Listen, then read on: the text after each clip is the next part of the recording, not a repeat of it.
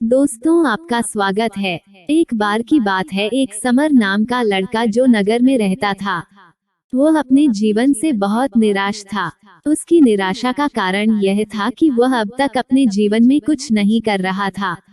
उसके माता पिता उसे ताने मारते थे कि तुम्हारे सभी मित्र कुछ न कुछ कर रहे हैं, लेकिन तुम अभी भी घर बैठे हो। दोस्तों के बीच भी अक्सर उसका मजाक उड़ाया जाता था। वो कहीं जाता तो लोग उससे पूछते कि तुम क्या कर रहे हो। उसे यह बताने में भी शर्म आ रही थी कि वो कुछ नहीं कर रहा था। धीरे धीरे उसने रिश्तेदारों से मिलना जुलना कम कर दिया और लोगों से मिलना भी बंद कर दिया। वह ज्यादातर समय घर पर ही रहता। वह अकेला रोता और भगवान को कोसता और अपनी किस्मत को दोष देता। अब उसे अपना जीवन बोझ लगने लगा था।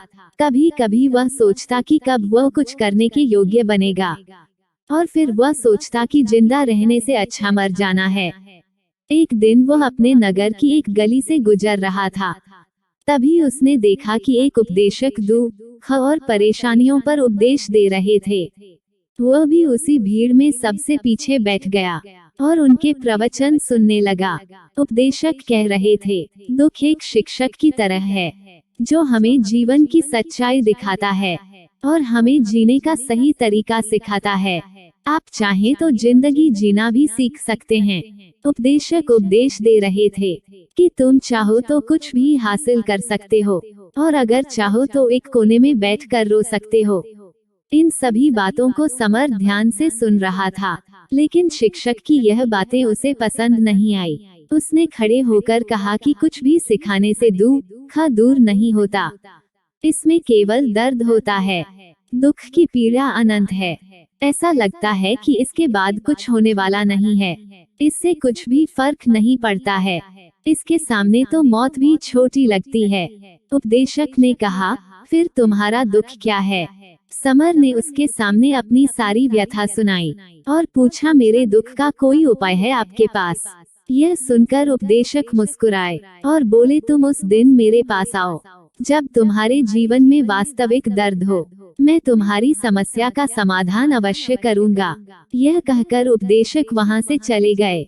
समर ने सोचा, कहीं मेरा दुख नकली तो नहीं है? क्या मैं जिस दर्द से गुजर रहा हूँ वह नकली है? मेरा दुख कोई नहीं समझ सकता। जब माँ बाप नहीं समझते तो उपदेशक क्या समझेगा? अपने दुखों से व्यथित होकर समर ने एक फैसला लिया कि अब वो कुछ करेगा। समर ने एक छोटा व्यवसाय शुरू किया, पर उसे सफलता नहीं मिल रही थी। उसके घर वाले पूछते रहते थे कि क्या वो कुछ कोशिश कर रहा है।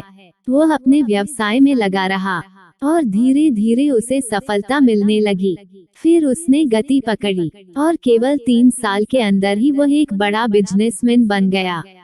अब समर के आसपास ऐसे कई लोग थे जो उसकी परवाह करते, जो उससे प्यार करते। अब उनके परिवार के सदस्य भी उसकी तारीफ करते नहीं थक रहे थे। दिन ब दिन उसके मित्रों की संख्या बढ़ती ही जा रही थी। अब वो अपनी जिंदगी से बहुत खुश था। उनके कुछ दोस्तों ने उन्हें सलाह दी कि जब तुम एक बड़ा बिजनेसमैन बनकर बहुत खुश हो, तो सोचो तुम्हें कितनी खुशी होगी अगर तुम इस शहर और इस राज्य के सबसे बड़े बिजनेसमैन बन जाओगे। कितने लोग तुमसे जुड़ना चाहेंगे, तुम्हारी कितनी बड़ी ख्याति होगी, और स्वयं राजा भी तुमसे दोस्ती करना चाहेंगे और जरूरत पड़ने पर तुमसे ही पैसे उधार लेंगे। दोस्तों की यह बात समर के मन में घर कर गई। अब वो और पैसे कमाने की कोशिश करने लगा, लेकिन उसे यह सब बहुत ही जल्दी चाहिए था। वो समय बर्बाद नहीं करना चाहता था। उनका अधिकांश समय इन चीजों को प्राप्त करने में लगने लगा, इसलिए वह ऐसे काम करने लगा जो सही नहीं था। उसने बड़ा उधार लेना शुरू कर दिया। अधिक मुनाफा कमाने के लालच में वो अपने माल में मिलावट करने लगा। उसने अन्य व्यापारियों के खिलाफ भी साजिश रची और उन्हें डराया धमकाया। जैसा उसके दोस्त कहते थे वैसा ही करता था। वो इन तरीकों से ज्यादा पैसा कमा रहा था, पर अब उसके जीवन में पहले जैसा चैन नहीं था। उनके मन की शांति गायब हो गई थी और वह रात को सो नहीं पाता था। वह हंगामे में रहता था। सब कुछ पाकर भी उसे किसी चीज में सुख नहीं मिल रहा था। एक दिन समर अपनी गाड़ी में कहीं जा रहा था। तभी रास्ते में उसे उपदेशक का आश्रम दिखाई दिया। वह रुका और उनके पास जाकर बोला, संत, आपने मुझे अपने पास आने के लिए कहा था जब मेरे जीवन में सच्चा दुख आए। अब मैं बहुत दुखी हूँ। मेरी नींद हराम हो गई है। मुझे कहीं भी शांति नहीं मिल रही है। इस प्रकार समर ने अपनी सारी समस्याएं उपदेशक को बता दी। उपदेशक ने कहा, जब तुम पहली बार मुझसे मिलने आए थे तब भी तुम किसी दुख में थे। तुमने उस दर्द से क्या सीखा? समर ने कहा कि सिर्फ सोचने और चिंता करने से कुछ नहीं होता, सिर्फ काम करने से कुछ नहीं होता, परिणाम भी मिलना चाहिए। जब आपको लगता है कि आपका लक्ष्य हासिल नहीं होने वाला, तब राह में चाहे कितनी भी मुश्किलें आ जाएं, मन कितना भी निराश क्यों न हो, कितना भी लगता हो कि अब कुछ नहीं होने वाला है, तभी विश्वास करें, मैं जो भी कर रहा हूँ उसमें अवश्य सफल होऊंगा। लोग केवल सफल लोगों का सम्मान करते हैं, कोई कितना भी अच्छा क्यों न हो, वो हमेशा लोगों की नजरों में बोझ बना रहता है। यह सब सुनकर उपदेशक मुस्कुराए और बोले, तो यह वास्तविक दुख नहीं है। जीवन में वास्तविक दुख आए तब मेरे पास आओ, मैं उसे ठीक कर दूंगा। समर ने जाते समय उपदेशक को सोने के सिक्कों से भरा घड़ा भेंट किया।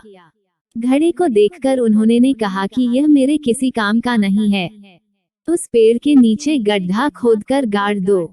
समर ने घड़े को पेड़ के नीचे दबा दिया और वहां से चला गया।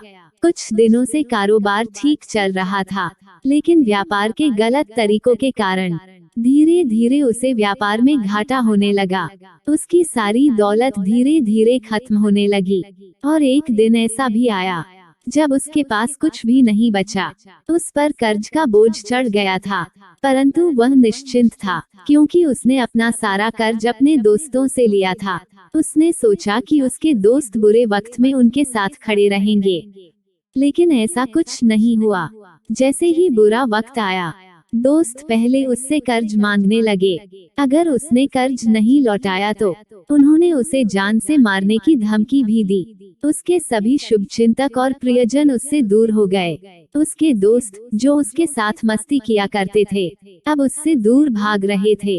उसका परिवार उसकी गलतियां और कमियां गिनाने लगा। उसकी सारी संपत्ति नीलाम कर दी गई। उसके पास कुछ भी नहीं बचा। जब उसने अपने पिता से मदद मांगी, पिता ने कहा कि मेरे पास थोड़ी सी संपत्ति है, मैं तुम्हारी माँ को क्या कहूँगा अगर मैं तुम्हें दे दूं? यह संपत्ति हमारा अंतिम उपाय है। समर के मन में गहरा दुख छा गया। उसके आसपास कोई नहीं था जो उनके दुख को समझ सके, जो उसे संभाल सके। दोस्तों के इस विश्वासघात के कारण वह अंदर से टूट चुका था। वह सोचने लगा कि अब जीने का क्या मतलब है, अब मौत ही मेरा सहारा है। वह आत्महत्या करने के लिए पहाड़ी पर जा रहा था। तब से उसे याद आया कि उस उपदेशक ने उससे कहा था, मेरे पास आओ जब तुम्हारे जीवन में वास्तविक दुख हो। समर उपदेशक के पास गया और अपनी सारी व्यथा सुनाई। आंखों में आंसू लिए उसने कहा, हे गुरुजी, मेरे दुख का निवारण कीजिए। उपदेशक ने कहा, हाँ, मैंने कहा था जब जीवन में असली दुख हो तब मेरे पास आ जाना, मैं उसे जरूर ठीक करूंगा। समर ने कहा कि ये क्या हो रहा है, मेरी जिंदगी में अभी दुख नहीं है, तो आखिर असली दुख क्या है? उपदेशक ने कहा कि पहले तुम मुझे बताओ, तुमने अपने दुख से क्या सीखा? समर ने कहा कि मैंने वह सीखा, जो लोग हमारे जीवन में आते हैं वे हमारी सफलता और प्रगति के कारण हमें धोखा जरूर देंगे, क्योंकि जो बुरे समय में हमारे साथ नहीं खड़े होंगे वे अच्छे समय में ही हमारा फायदा उठाएंगे और बुरे समय में हमें छोड़ देंगे। उन लोगों पर ही भरोसा करें जो हमारे बुरे समय में हमारे साथ खड़े रहते हैं। ऐसे लोग बहुत कम होते हैं, लेकिन जिनके पास है उन्हें उनकी सराहना करनी चाहिए, उनका अपमान नहीं करना चाहिए। कभी भी किसी के खिलाफ साजिश नहीं रचनी चाहिए। अपना काम ईमानदारी और धैर्य से करें और कभी लालची मत बनो। अपने सारे दुख दर्द और अनुभव बयां करने के बाद समर उपदेशक के सामने आंखों में आंसू लिए बैठ गया। कुछ देर बाद उपदेशक उठे, पेड़ के नीचे एक गड्ढा खोदा और घड़ा निकाल लिया जो सोने के सिक्कों से भरा हुआ था। उन्होंने समर को देकर कहा, मेरे पास आओ जब तुम्हारे जीवन में वास्तविक दुख हो। समर ने उपदेशक को धन्यवाद दिया और उन्हें प्रणाम करके चला गया। उस पैसे से उसने एक छोटा सा व्यवसाय शुरू किया। अब वह छोटा व्यापारी बनकर भी खुश था। समर पूरी लगन और ईमानदारी से कारोबार किया। जल्द ही वह अपने शहर का एक बड़ा व्यापारी बन गया। उसका जीवन सुख सुविधाओं से भरा हुआ था, लेकिन कोई कितना भी अच्छा क्यों न हो, जीवन में दुख आता है। तो समर के जीवन में भी दुख आए। अपने माता पिता की मृत्यु के रूप में वे दोनों एक ही दिन मर गए।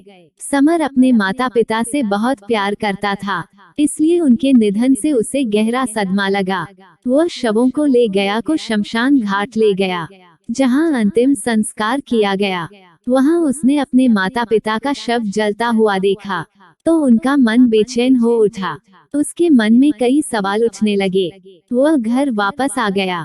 उसने अपने माता पिता के घर और संपत्ति को देखा, जिसके लिए उनके पिता हमेशा लड़ते रहे, आज जो छूटा पड़ा है। जिन्होंने इसकी देखभाल की, इसके लिए लड़ने वाले इस दुनिया से चले गए। उसके पिता ने जो कुछ कमाया वह सब यहीं रह गया। एक दिन पहले तक उसके पिता मारपीट कर रहे थे किसी के साथ उसकी संपत्ति के लिए। आज वो खुद इस दुनिया से चले गए। उसका मन ऐसे अनेक विचारों के बवंडर में था। वो अंदर से अकेला और डरा हुआ महसूस कर रहा था। वो खाली महसूस कर रहा था।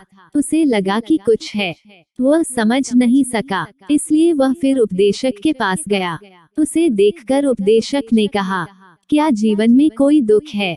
समर ने कहा, वैसे तो जीवन में कोई दुख नहीं है, सब कुछ अच्छा चल रहा है, लेकिन आज मेरे माता पिता का देहांत हो गया है। मैं इस घटना से बेहद दुखी और परेशान हूँ। उपदेशक ने कहा, इसमें दुखी होने की क्या बात है? एक दिन सबके अपनों को मरना है। कोई न कभी हमेशा जिया है और न कभी रहेगा। एक दिन तुझे भी मरना है। शायद तुम कल ही मर जाओगे या आज भी मर सकते हो। समर ने कहा, क्या कह रहे हो आप? मैं भी मर जाऊंगा, लेकिन मैं अभी जवान हूँ।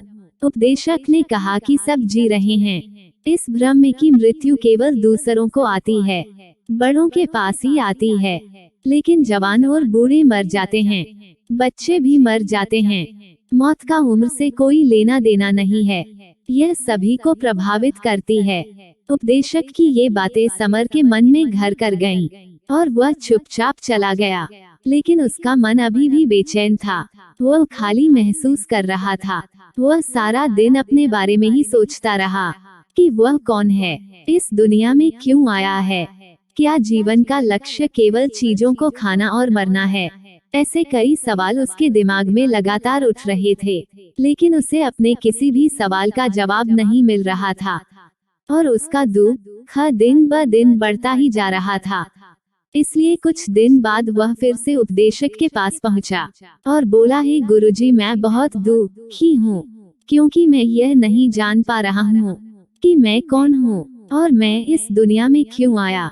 यह सुनकर उपदेशक मुस्कुराए और बोले, आज तुम्हारे जीवन में पहली बार सच्चा दुख उत्पन्न हो गया है।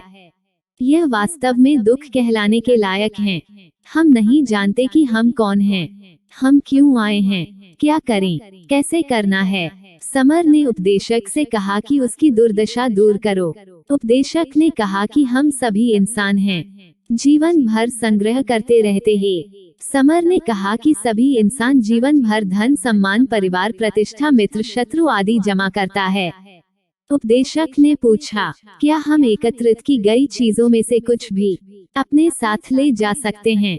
समर ने कहा, कोई भी इंसान अपने साथ कुछ भी नहीं ले जा सकता, वह सिर्फ अकेला ही जाता है। मेरे माता पिता भी अपने साथ कुछ भी नहीं लेकर गए, धन, संपत्ति, वैभव सब कुछ यहाँ पर छोड़कर गए। शिक्षक ने कहा, अब मेरी बात ध्यान से सुनो।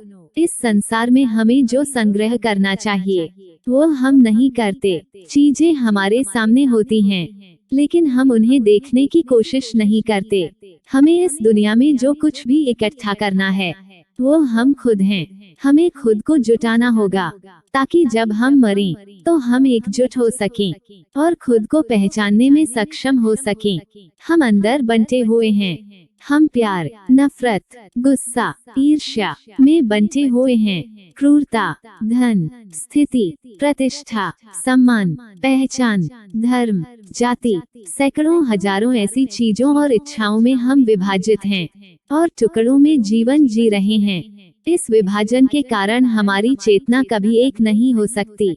हमारी चेतना शक्ति बिखरी हुई है, इसलिए हमारे पास इतना समय नहीं है, इतनी ऊर्जा नहीं कि हम मुड़ सकते हैं और अपने भीतर देख सकते हैं। वास्तव में धन, सम्मान और सुविधाओं के अभाव को लोग दुख समझते हैं और जीवन भर के लिए दुख कहकर रोते रहते हैं। समाधान खोजने का प्रयास नहीं करते हैं। उन्हें अपना समाधान कभी नहीं मिलेगा, क्योंकि जिसे लोग दुख कहते हैं वह वास्तविक दुख नहीं है। यह सिर्फ एक आदमी की इच्छा है। उसकी इच्छा कभी पूरी नहीं होती, इसीलिए व्यक्ति को कभी उनके प्रश्नों का समाधान नहीं मिलता। इन सब से परे यदि तुम अपने दुखों का अंतिम समाधान चाहते हो तो सबसे पहले खुद को समेटो। इस दुनिया से अपनी ऊर्जा वापस ले लो और इकट्ठा करो। अपने आप पर ध्यान केंद्रित करो, स्वयं पर ध्यान दो। अपने मृत्यु से पहले अपने आप को जानने की कोशिश करो। बिखरो मत। समर ने कहा, तो गुरु जी क्या हम इस संसार को छोड़ दें? हमारी सभी इच्छाओं को मार देना चाहिए।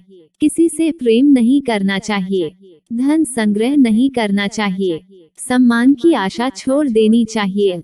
उपदेशक ने कहा कि भावनाओं और इच्छाओं में फंसे बिखरे हुए मनुष्य में से निकल आओ, जैसे कोई पत्थर पहाड़ से गिरे जिस पर पर्वत का कोई वश नहीं है सिवाय देखने के। मनुष्य की इच्छाएं बेकाबू और दर्दनाक हैं।